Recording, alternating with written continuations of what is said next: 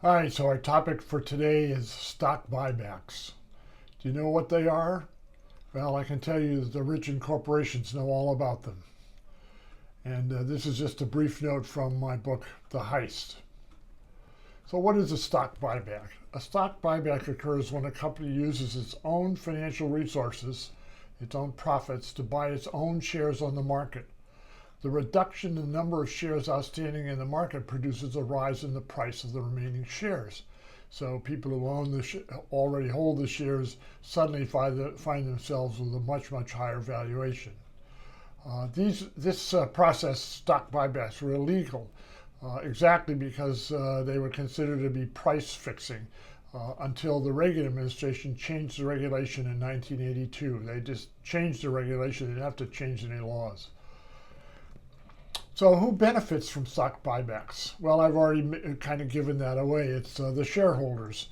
But keep in mind that over 90% of all stocks are owned by the top 10% of the population, and really the vast majority of all that is in the hands of the top 1 or 2%. So stock buybacks are really a big deal. Here's a chart from 2024 that shows some prominent sectors.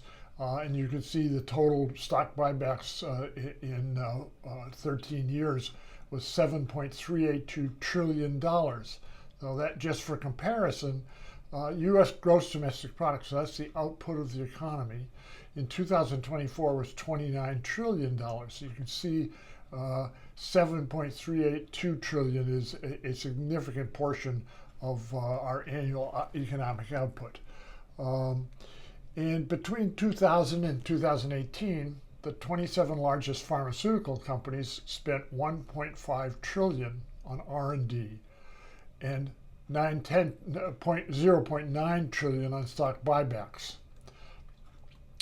Between 2012 and 2025, Apple, the computer company, has spent 700 billion on stock buybacks.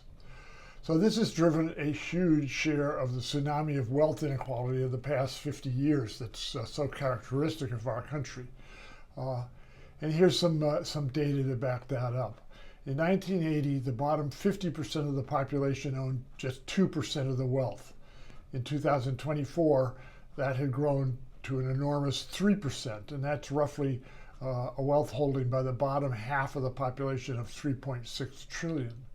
By comparison, in 1980, the top 1% of the population owned 22% of the wealth, and that had really ballooned in 2024 to 33%, worth roughly $59.9 trillion.